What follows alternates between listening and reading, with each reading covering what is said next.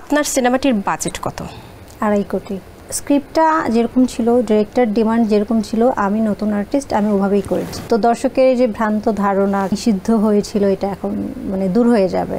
Makeup দিয়ে আমার cinema বড় পর্দার কাজ শুরু। এর আগে আমি মডেলিং করেছি, প্রথম এত বড় বাজেটের ছবি পেয়েছি, ভালো গল্প পেয়েছি। তো শুরুটা আমার খুব ভালো ছিল। মেকআপ সিনেমায় আপনার পারিশ্রমিক কত ছিল? যেটাই ছিল সেটা আমার কাছে অনেক ছিল। মিডিয়াতে আপনার পথ চলার শুরুটা কিভাবে এবং কত সালে? 3 বছর আগে আমার সিনেমা দিয়ে। এর আগে আমি একটু মডেলিং করেছি, ফটোশুট করেছি। তো মেকআপ দিয়ে আমার পথ চলা শুরু। কোন ধরনের স্ট্রাগল করতে হয়েছিল? আসলে বলতে পারেন আমি লাকি, আমার কোনো স্ট্রাগলই করতে হয়নি। ওকে। প্রথম এত বড় বাজেটের ছবি পেয়েছি, ভালো গল্প পেয়েছি, বিগ বাজেট পেয়েছি এবং ভালো প্রোডাকশন পেয়েছি। তো শুরুটা আমার খুব ভালো ছিল। সিনেমায় নায়িকা হতে চাও কবে থেকে এবং কাকে দেখে? টিভি দেখে প্রথমত, তারপর বাংলাদেশি শাবনূর আপুকে দেখে, বাইরের ঐশ্বরিয়াকে দেখে, তারপর আমার অ্যাকশন ফিল্মও খুব ভালো লাগে এবং ছোটবেলা থেকেই আমার ইচ্ছা আছে। মিডিয়াতে আপনার মেন্টর কে? শাকিব খানের সাথে সিনেমা করতে চান? আমি সবার সাথে করতে চাই। কখনো শাকিব খানের নায়িকা হওয়ার অফার পেয়েছিলেন?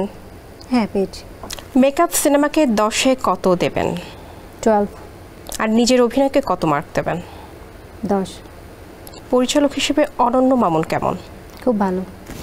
আপনার সিনেমাটির বাজেট কত? 2.5 কোটি। বিদেশেও কি সিনেমা রিলিজের পরিকল্পনা আছে? আছে।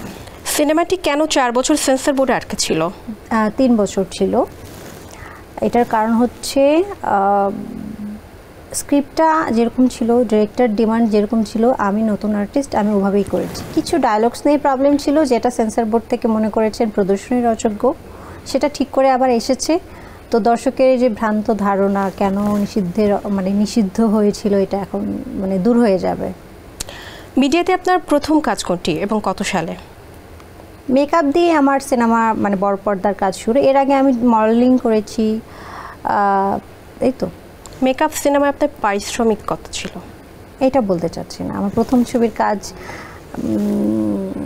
না, প্রথম সিনেমা যেহেতু আপনার এটি, সো পারিশ্রমিক তো একটি ম্যাটার। যেটাই ছিল সেটা আমার কাছে অনেক ছিল, কারণ আমার প্রথম ছবি।